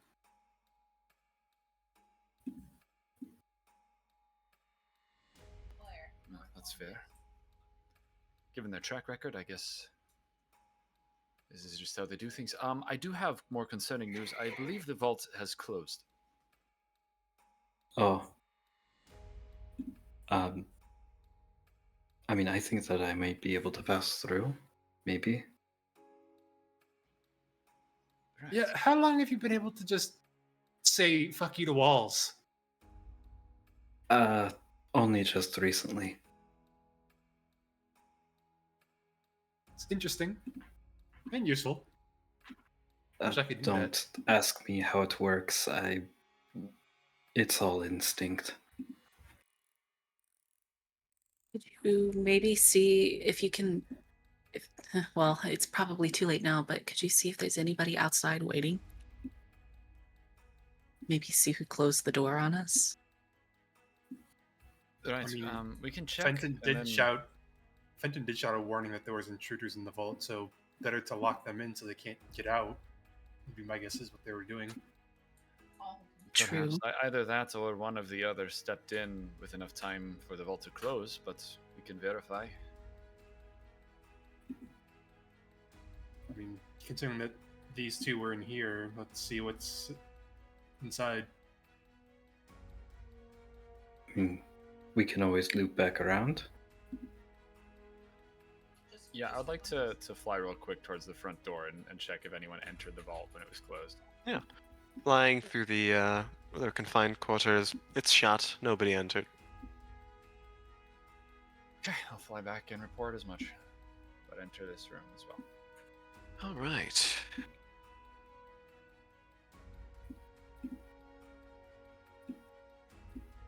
Continuing on throughout this vault, go ahead. Anything inside of here? Yes. See, these appear to be the more high value ones. They're much larger. There are a host of different things inside of them. I won't narrate things off the top of my head, but weapons of very high caliber. These seem to be, staves, staves, arcane equipment. So not seeing any dragon's blood though. Oh my god, there's another fucking vault. Both Lorenz and Shane, you find a door at the same time.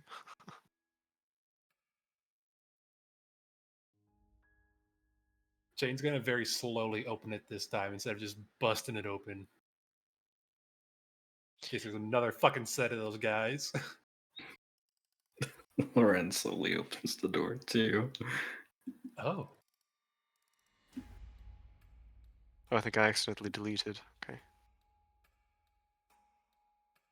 Did I delete the entirety of the walls here? Not little bit. entirely, but I think a most lot of them. Partially. I have lost everybody.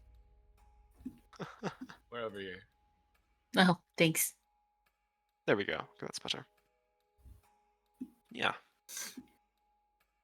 Inside, you can see on a raised pedestal a very large of this prismatic layer, this sheen covering what appears to be a floating wind chime within. There are four pillars in here, but enough to see this large object, sort of feathered, covered in sort of like twine, a circular pendant with strings and silver beads along them. Not quite, or similar to an abacus, but floating calmly through the air, swaying in a gentle breeze.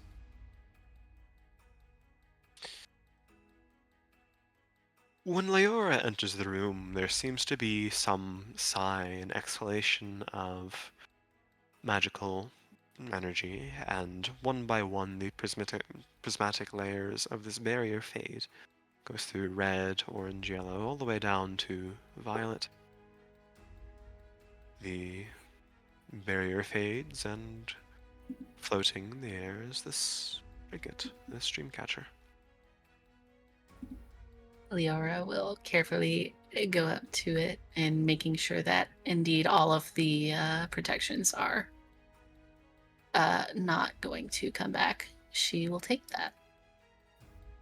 Seems to have faded, and it doesn't react negatively upon you snatching it from the air.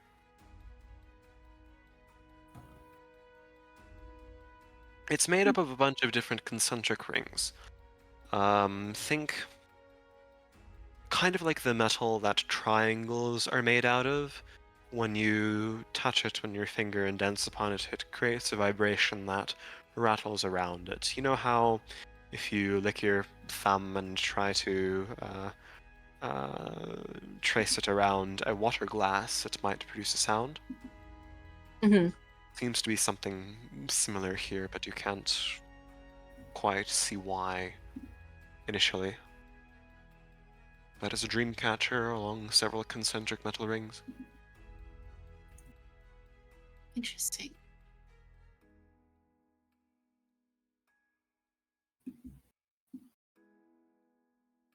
There's no explanation, there's no label on it.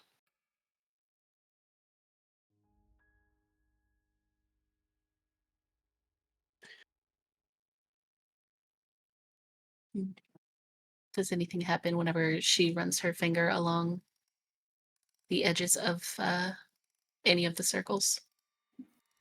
You can hear sounds, they all create a note. Mm-hmm.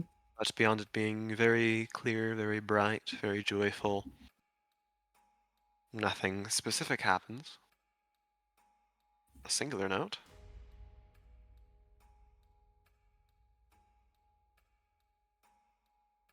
I have no idea what this could be for.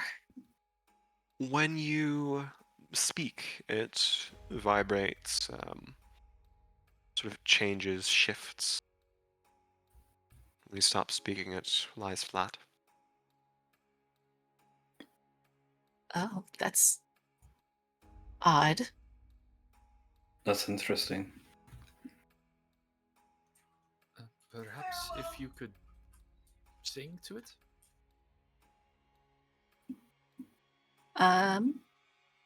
Leora would try to hum.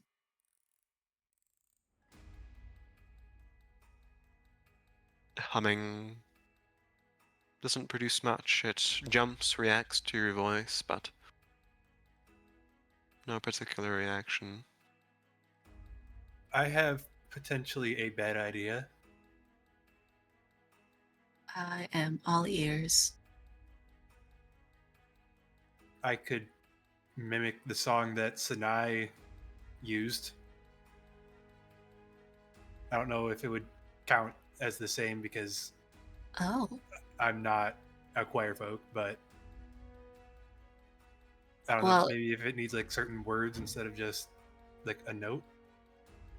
well, if that doesn't work, I can use my voice and sing the same song. Jane will go ahead and mimic the song of Lord Sinai. 15. It shifts a little bit, jumps, but erratically, strangely. Some of the notes you hit, but it's not as accurate. It does react. You can see the concentric rings shift amongst each other, turn, twist midair into a ball, but it doesn't form anything particular. Then Leora will follow suit, seeing it react, and sing the same song in her own voice. Does Leora know the full song of Muse's Choir? Not the full song, just what her parents would have known, which probably isn't much, and Whatever Jane mimicked. yeah, what Shane mimicked. Recalling the sing-song lullabies and melodies that were transferred to you by your parents, you begin to sing this dolorous, sonorous, mournful and happy, containing so much emotion that it's difficult to describe accurately in words. This song that flows from your throat, and it begins reacting, ticking, dancing within the air, floating. The concentric rings shift and swirl and twist amongst each other, writhing like snakes, swirling within the air until it forms something similar to a ball, but when you stumble on parts you don't know enough about or haven't heard the lyrics for, that falls flat and wavers and falters. But it seems to have a positive reaction to that.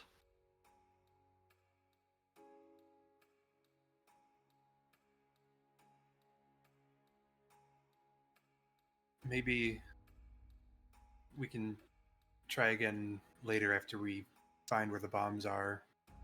I mean, I heard as much of Sonai song as the rest of you, so I can keep trying to mimic it over and over again until you're able to learn it. Yeah, that would be amazing. Thank you. Sounds like a good idea.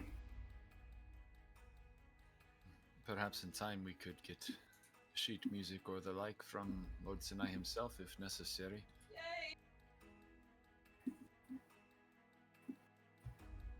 Perhaps I could ask a favor of you and have you send to him. Absolutely. Once I have these spells for it, I would be glad to.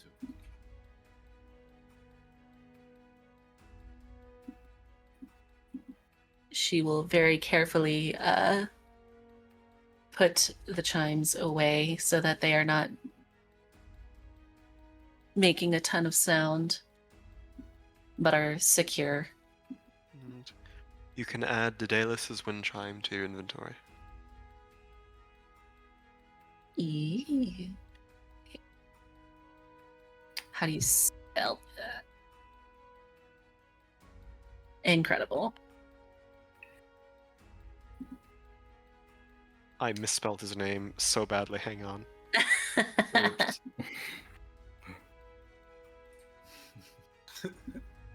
Ignore. Never cut that out. Hold on. Screenshot it before he deletes it. Hello, this is Ferb, the editor. Please ignore that. I don't know. I like Daddy Luss's wind chime better. Alright, so bricks fall on chain, roll a new character. I already have my new character rolled. Let's go. Bremen pops up out of nowhere.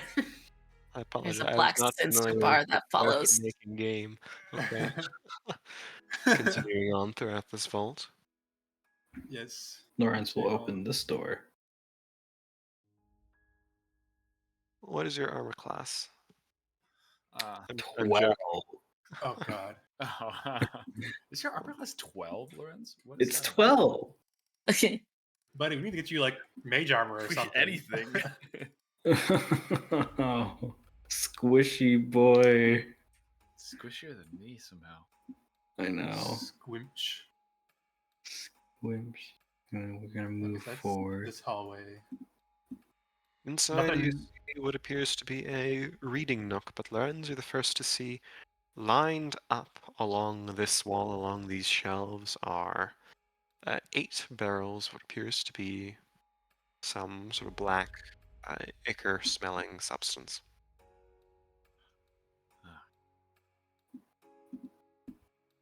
Oh. I think we found it. What? Oh God. Now, are these in barrels or are they in bags of holding like the other ones were? You're right, they're in bags of holding. You see 4. No, you see 4 bags of holding similar to the ones you saw, or identical to the ones you saw in the crossbots. Well, we found them.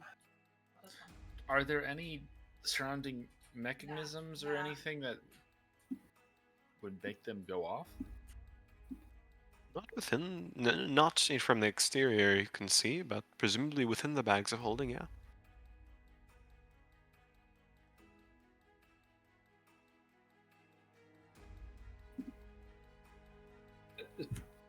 There doesn't seem to be anything that would ignite them, no. That's the question. Gotcha. Now, the question is, do you think Cynthia and the other one are just going to let us leave with this, or are they going to want to take it for themselves? Because, I mean, unless anybody else here can turn Foskra invisible, we're going to have to walk out with these on our person. Perhaps. I don't see a reason not to turn them into the Lyceum, but I think it would be best for us to keep them so we can get rid of them like we did the last ones. As much as I would want to trust the Lyceum, I don't think we can trust anybody in this godforsaken city to not try and blow each other up. yes, but this particular branch is I see the expert merit in in there arcade in that, explosions. but I mean, think of it. I mean, I don't see a way that we don't get caught, and if so, I mean, I don't want to imagine the consequences. I believe I don't think it's at worth the it. least trust Cynthia, and we would need to prove what we found in here unless we think we can walk out and pretend that there was nothing at all. But I also think maybe we should not touch them. I don't know if they're under the same protections as the other items in here, but I would rather the preceptors. Well, are these aren't surrounded by any magical barriers like the other stuff was, right? No. They don't look to be under any bubble thing like everything else is. I see that, but And if the we are last trying ones to didn't kill, have any sort of protections on them when it came to getting rid of them. Echo and I were able to open the bags just fine. to be safe, would you allow me 10 minutes to detect any enchantments on them? I don't see why not.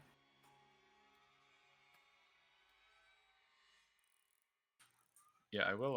I guess while we're waiting for this vault to reopen, ritual cast detect magic on the bags just to be safe. There's nothing beyond the expected trace of conjuration magic that would indicate something amiss.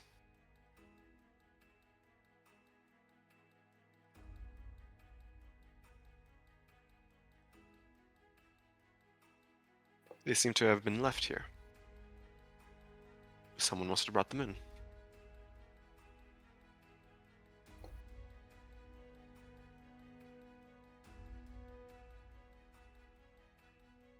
Wait a minute. This is unrelated to these things, but Leora, the piece that was missing in the entryway, you said that there's like scorch marks and stuff by it, right? Yeah. Shane's gonna go back and check Donnie and Hyde's corpses again, the clockworks, to see if there was any magic item on them. Foshkra's carrying You Hyde. see a lot of the same residue of the different types of prismatic features on the mechanical bodies. On parts you see scorch marks, electricity burns, acid stains. But there's no items. No items. Roll me an intelligence check. What intelligence? 5. No, can't deduce anything. Can I deduce anything further with detect magic still up on their corpses or robotic bodies? There's nothing magical in them left. They were mechanical. Mostly. Not all. Gotcha. Shane's just scratching his head. I don't All right. get it. they can only assume that it was them that took the thing by the entrance, but they don't have anything on them. I don't know. Perhaps they were the thing at the entrance. But there's that item missing though. I doubt that the Lyceum would have constructs of two well-renowned bandits in their vault. Right? Maybe we should I ask can't say them. anything for sure. And speaking of,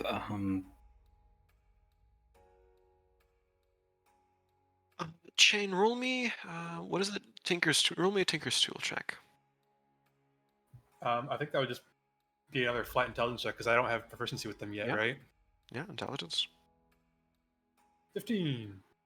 You notice parts missing on these two. They probably would have been much more dangerous. You can see from Donovan's shoulder there's a cutout where possibly another arm could be slotted in. The wrist of Hyde, the mechanical one, has a latch where another lantern could have been. They seem incomplete.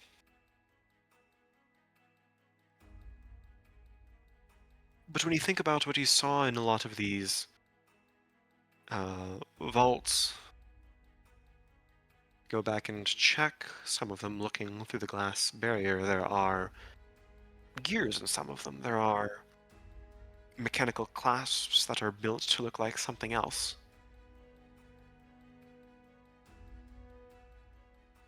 You So, realize like, it's unlikely that it was a singular construct that broke through one of the barriers, but progressively they smuggled in pieces that self-assembled later, once they were already inside. oh my god. Hey guys.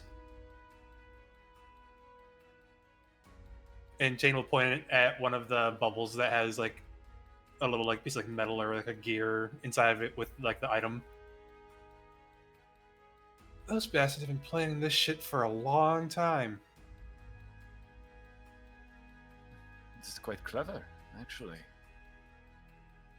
We could have been in a lot bigger trouble if we had waited to come here. Or they could have been gone entirely, erupted with dragon's blood, but point stands. oh,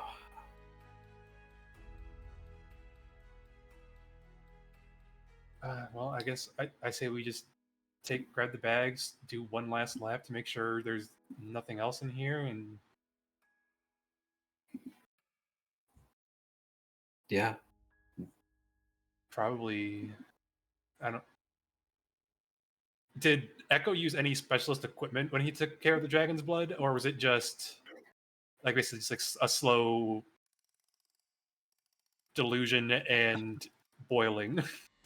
It was very, very tedious, a long process, but not something you'd easily be able to replicate here. Okay, yeah. I think we take the bags, do one last lap to make sure there's not any other ones hidden around, and take these back up to Echo. If the Lyceum lets us leave with them, yes. Can only hope. Because I don't trust them with them. All right. Lawrence will take a bag. Jane will also take a bag. It's easy enough to sling them on your back. And cycling through the rest of this now quiet, silent vault, make it to the entrance where it is closed. And we will pick up next time. No special items in there for the rest of us. You can try to make some items for you. So, what did I find on Donnie's body in terms of guns? A six-fingered pistol. Or the pistol's name is Six Fingers. It is a standard pistol, pretty much. So basically just another normal Yep. revolver. If you have advantage on a target, you will deal an additional 1d4 fire damage on your attack. Oh. Oh, goody. Okay. So you're saying he gets an extra D4 sneak attack damage? Pretty much, yeah. If he uses it. So 6-fingered pistol. The 6-fingy. And 6 bullets for it. Okay. Not proficient. Normal damage is still a D10, right? Yes. There's also a rapier called a doigt. It is a +1 rapier that also does an additional 1d4 fire damage if you have an advantage on the attack roll. You've been playing too much Expedition 33. Oh, what gave that away? Fantastic game. Oh, yes. Jane will pick up the rapier and Fenton, I know you already have a magic one, but do you want another one? I'm not well versed with these. Actually, yes, I am. Never mind. This is mine. Fuck you.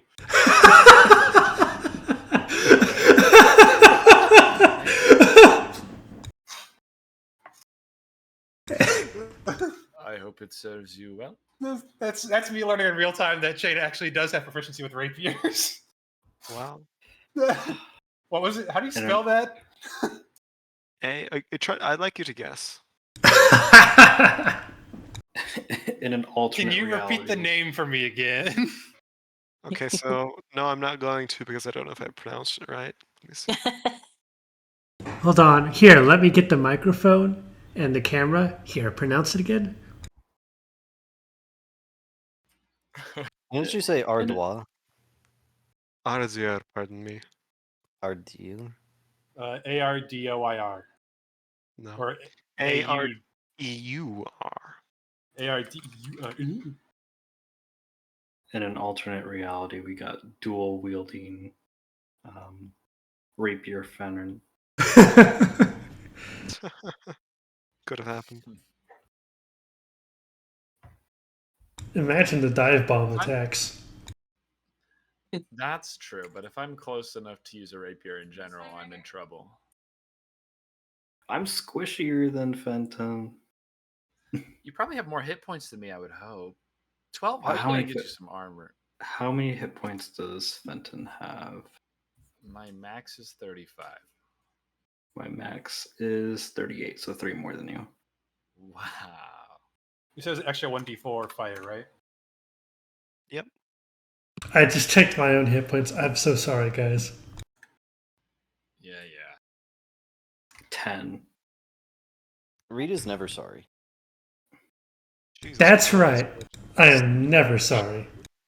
I think Reed is in a perpetual state of sorry. I mean, he is sorry looking, but that doesn't mean he's sorry. Oh, gosh. He should be taken behind the bar and back, you know. Look at the flowers. It's not going to do anything. What if it's the Look at the fire? What flowers. if it's the pistol that deals fire damage? Spicy? Upcast Like guiding the, bolt. Okay, that'll hurt. like the thing you need fire to put Take- it out. Take Reed to the Reed bath, aka No. the holy water. No! Please. It dissolves like cotton candy. Like a cat, like the raccoon with the cotton candy. Yo, you just see a thumbs up as my hand melts away. Oh, we could sell the Reed bathwater for exorbitant prices. Oh no. No, Ark, why? I am excited to think about the implications of what has What's- happened tonight.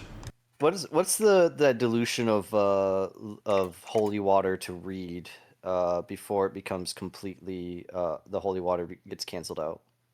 Boiling as soon as you mix. You gotta boil it for like 7 hours. Like what's the scientific thing of like liquids have a different what is it? It's like 3 dilution? parts per million. Yeah, and that increases by if the liquid is hot or something. So, much? okay, let me nerd out for a second. Cool. There's okay. So things expand when they're heated. It depends a lot on the density and properties, etc., etc. So you have to do some fairly interesting calculations if you're trying to standardize things by weight or by mass, because they're different for each ones. Different densities, different temperatures, etc., etc., and different external pressures. If I'm making a perfume up in Colorado somewhere, I would have different ratios than the same recipe down south. That's neat. Interesting. But I was So- thinking like sugar and water, Oh, because you could dissolve sugar in water, and you then can if you dissolve sugar in water. yeah, but then once it gets to a certain point, those sugar will no longer dissolve. It'll just Yeah, it's pull out. saturated. Yes, that. So how saturated is holy water going to be if you put reed in there before it can no longer absorb any more reed? Does it become profane water if it's just like a bucket to a full reed? Yeah. All right, ice bucket challenge. Let's go. Yeah, I was gonna say No. a ice bucket challenge reed, but it's a holy water bucket. I'm melting! It's like the My Bugs scene in Nightmare Before Christmas. Oh yeah. Okay, are we good to end the recording? Yes. Yeah. All right, Reed, thank you're you a good for boy. join. What?